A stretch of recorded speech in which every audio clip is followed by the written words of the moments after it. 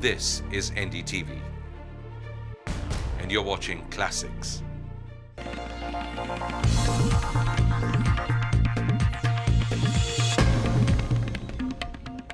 Hello and welcome to Walk the Talk. I am Shekhar Gupta, and if I asked you a question, who do you think is the politician who gets the most bad press in India? Chances are you will name my guest for this week. Mayawati ji, welcome to Walk the Talk. बहुत privilege है हमारी Walk the Talk पे आप अंग्रेजी media में बहुत कम बात करती हैं. ऐसा नहीं है कि मुझे कोई अंग्रेजी से नफ़रत है, लेकिन मैं जिस समाज से बिलोंग करती हूँ, ख़ास तौर से सुल ट्राइब और जो बैकवर्ड क्लास कम्युनिटी है या रिलीजियस माइनॉरिटीज़ के लोग हैं जिनका पॉपुलेशन इस देश में 100 में से 85 के लगभग है, तो ये समाज ज़्यादातर देहातों में रहता है. आज भी 80% पॉपुलेशन देहातों में है, तो ये लोग ज़्यादातर हिंदी को समझते हैं. तो मैं ये चाहती हूँ कि जो भी मैं कुछ बोलूँ तो मेरी आवाज़ जो बहुजन समाज का जो देहात में रहने वाला तबका वहाँ तक पहुँच सके. लेकिन आप तो पढ़ रही थी, आप तो कलेक्टर बनने वाली थी, तो वहाँ इंग्लिश में काम करना होता था. मैं तो फिर मैं इस लाइन में नहीं सोचती ना. जो लाइन मैंने पकड़ी है कि इस देश में जो दबा कुचला तबका है वो अपने पैरों पर खड़ा हो सके, उसके लिए जो मैंने अपनी लाइफ सेक्रीफाइस की है, तो फिर मैं इस लाइन में नहीं आती. फिर तो मेरी लाइन दूसरी होती. तो फिर मैं आज इधर गर्मी में खड़े होकर आपसे बात नहीं करती, फिर एयर कंडीशन कमरे में बैठकर तो किसी को हुक्म देती होती. इतनी बड़ी राजनेता ना बनती तो शायद मैं भी गर्मी में खड़े होकर आपसे बात नहीं करता. आप तो दुनिया भर आपके साथ गर्मी में सर्दी में घूमती है. आपको कभी इस बात का अफसोस होता है कि आप IAS बनने चली थी लेकिन राजनीति में आ गई और उसके बाद विवाह भी नहीं कराया, और आपकी राजनीति तो बहुत टफ राजनीति है ग्रास रूट्स की. नहीं, मुझे जब तक मुझे इंडिया की जो पॉलिटिक्स है तो और ब्यूरोक्रेसी के बारे में जब तक मुझे इसकी पूरी जानकारी थी नहीं कि भाई इंडिया के अंदर ब्यूरोक्रेसी के ऊपर राजनीति बहुत ज़्यादा हावी है, इसका जब तक मुझे एहसास नहीं था, तो तब तक तो मैं सोचती थी कि भाई मुझे IAS ऑफिसर बनना चाहिए और IAS ऑफिसर बन के मुझे अपने समाज का भला करना चाहिए. लेकिन जब मुझे मालूम पड़ा कि इस देश की जो ब्यूरोक्रेसी है तो उसके ऊपर राजनीति बहुत ज़्यादा हावी है, और जब तक मैं राजनीति में कामयाब नहीं होती हूँ या मैं किसी लायक नहीं बनती हूँ तो मैं अपने लोगों का भला नहीं कर सकती. और इस बात का एहसास मैंने कब किया, जब मैं 1995 में, जब मैं 3 जून 1995 को आबादी के हिसाब से देश के सबसे बड़े प्रदेश उत्तर प्रदेश की मुख्यमंत्री बनी. और मुख्यमंत्री बनने के बाद बहुत छोटी उम्र में, और जब मैं मुख्यमंत्री बनी तो एक नहीं कई IAS ऑफिसर, कई IPS ऑफिसर जब मेरे पास आए और उन्होंने कहा कि मुख्यमंत्री जी आप हमें आदेश दीजिए कि आपकी जो प्राथमिकताएं हैं तो आप बताएं कि हम उसको किस तरीके से हम उसको आपकी प्राथमिकताओं को हम पूरा करा सकते हैं, आपके हम हुक्म का इंतज़ार कर रहे हैं. तो मेरे सामने एक नहीं जब कई IAS ऑफिसर तो अपनी वो नोटबुक लेकर खड़े हुए कि आप हमें आदेश दीजिए.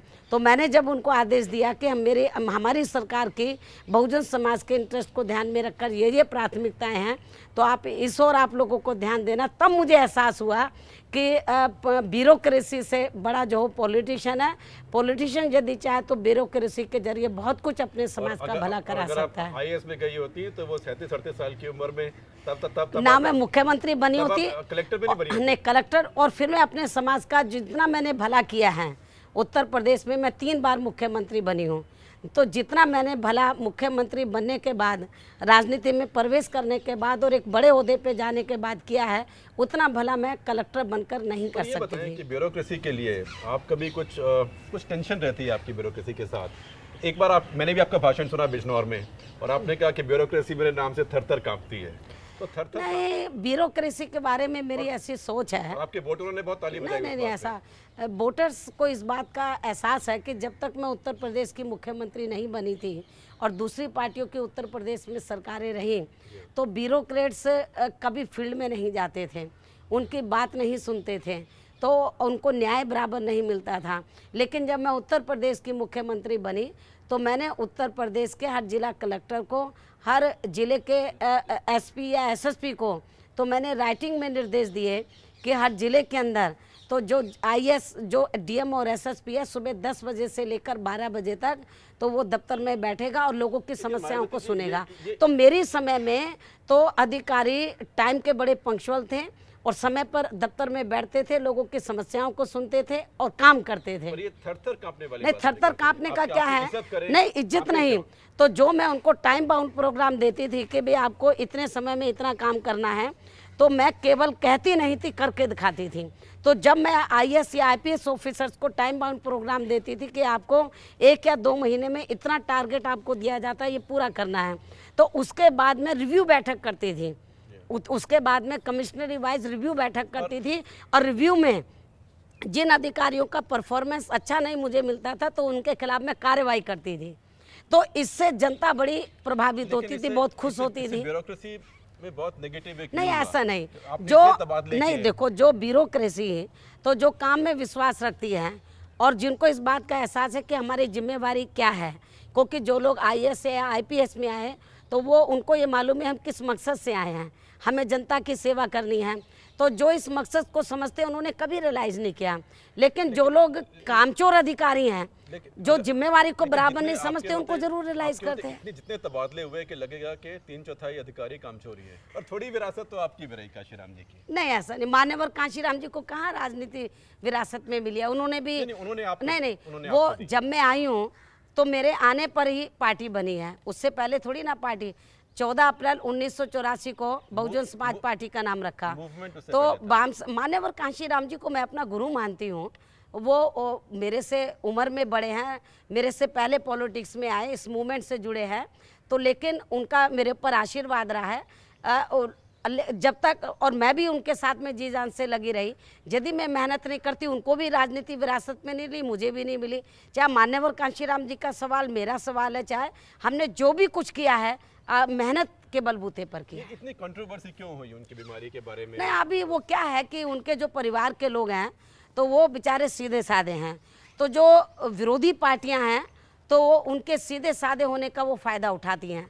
वो ही नहीं, कोई और भी हो, तो उन्होंने उनको थोड़ा लालच दे करके भाई आप किस तरीके से मान्यवर कांशीराम जी को ले आओ, हम आपको बढ़ावा दे देंगे। उनको लोग तो ये कहते हैं उनको कुछ पैसे का भी लालच दिया गया, कुछ राजनीति में हम आपको कुछ बढ़ावा दे देंगे, ऐसा करके उनको इस्तेमाल किया गया। वो पहले भी तो ठीक चलते थे, तो इसलिए अभी एक होता है थोड़ा सा ऐसा, जब वो लालच बहुत बुरी बला है। अब उनके हाथों में, विरोधियों के हाथों में खेल गए तो उन्होंने थोड़ा विरोध किया। तो मैं समझती हूँ कि जो पूरे इंडिया में जो बहुजन समाज है तो जब उन्होंने विरोध किया मान्यवर कांशीराम जी के यहाँ पे रुकने को लेकर, मेरा विरोध किया, कोर्ट कचहरी में गए, तो खुशी की बात यह है कि पूरा देश का बहुजन समाज एक भी उनके साथ खड़ा नहीं हो, सारा का सारा मेरे साथ रहा। तो इसलिए मुझे पूरी खुशी है कि जो कुछ उन्होंने स्टेप उठाया तो बहुजन समाज ने उसको रिजेक्ट किया। लेकिन आप उनका ऐसे ध्यान रख रही हैं जैसे परिवार रखता उनका। मान्यवर कांशीराम जी का मैं समझती हूँ कि उनके परिवार से ज़्यादा ध्यान रख रही हूँ। मान्यवर कांशीराम जी का जो भी उनको आके देखता है, जिस तरीके से हम उनका पूरा ध्यान रखते हैं, उनको हर प्रकार की फैसिलिटीज उपलब्ध करा रहे, सब कहते हैं कि एक बेटा भी ऐसे बाप का ध्यान नहीं रख सकता था। तो आपको इसके बारे में कुछ छुपाने की जरूरत नहीं? नहीं, मैं नो, बिल्कुल कुछ भी नहीं। जो भी अभी एम्स वाले आए, माननीय सुप्रीम कोर्ट ने एम्स वालों को डायरेक्शन दिया कि आप जाकर देखो। इनके घर वाले ये बोलते हैं कि बराबर इलाज नहीं हो रहा है। एम्स की 7 डॉक्टरों की जो स्पेशलिस्ट है कई बीमारियों में, उनकी टीम आई, उन्होंने कई घंटे मान्यवर कांशीराम जी को एग्जामिन किया और पूरी दवाइयों को देखा कि जो उनकी दवाई चल रही है बराबर। लेकिन उन्होंने मान्यवर कांशीराम जी के बारे में रिपोर्ट माननीय सुप्रीम कोर्ट में दाखिल की कि जो दवा चल रही है वो कंटिन्यू रहनी चाहिए, इलाज बहुत बढ़िया चल रहा है, इनको हॉस्पिटल में एडमिट कराने की जरूरत नहीं है। तो जब एम्स वालों ने हमको वो क्लियर सर्टिफिकेट दे दिया कि उनका बढ़िया इलाज चल रहा है और उनको हॉस्पिटल में एडमिट कराने की जरूरत नहीं, तो हमें क्या चाहिए? लेकिन ये कहा जाता है कि आप छुपा के रखती हैं। मैं छुपा के मैं क्या रखूंगी? किसी को मिलने नहीं देती मैं क्या छिपा के? ये मेरा रेजिडेंस है, हॉस्पिटल के लिए। हॉस्पिटल में हमने किसी को मना नहीं किया। हॉस्पिटल में मैं आम दरबार लगा दी, क्योंकि मुझे क्या मालूम है कि कौन आदमी किस शरारत के तहत इधर आ गया। मेरे को Z+ की सिक्योरिटी मिली है। हो सकता है विरोधी पार्टी के लोग शरारत के तहत किसी एंटी सोशल एलिमेंट को इधर भेज दें, और मेरे घर में आके कोई ऐसी चीज रख दे कि जिससे मेरा घर ही उड़ जाए और मैं भी उड़ जाऊं, मान्यवर कांशीराम जी भी उड़ जाए। खास करके रिस्पांसिबल मीडिया है, हाँ, तो उनको देखने देती हैं आप? नहीं तो मीडिया, हम कौन बोलता, मीडिया तो बाकायदा देखने के लिए हॉस्पिटल में जब भी आए हमने कभी नहीं मना किया। मान्यवर कांशीराम कंट्रोवर्सी तब से हुई। नहीं, ऐसा नहीं, हॉस्पिटल से ही कंट्रोवर्सी हो गई थी, आप गलत बोल रहे हैं। नहीं, हॉस्पिटल से ही, हॉस्पिटल के बाहर तो उन्होंने, मान्यवर कांशीराम जी के बत्रा हॉस्पिटल में रहते हुए उन्होंने काफी दिन तक धरना प्रदर्शन किया। हॉस्पिटल में रहते हुए वो लोग कोर्ट कचहरी में गए। हॉस्पिटल में जब मान्यवर कांशीराम थे, हमने मीडिया को उनके सामने लाए और मीडिया के सामने मान्यवर कांशीराम जी ने कहा, जिसमें कई चैनल के लोग थे, सुन लो, उन्होंने कहा कि मेरे घर वाले जो कुछ कर रहे हैं वो गलत कर रहे हैं, वो स्वार्थी किस्म के लोग हैं, मायावती जो कर रही है वो ठीक कर रही है, मैं उनकी सेवा से सहमत हूँ। ये उन्होंने मीडिया को अपनी आवाज में बोला। उन्होंने अभी भी वो आपके पास रह के ज्यादा बिल्कुल बहुत खुश हैं वो, बिल्कुल।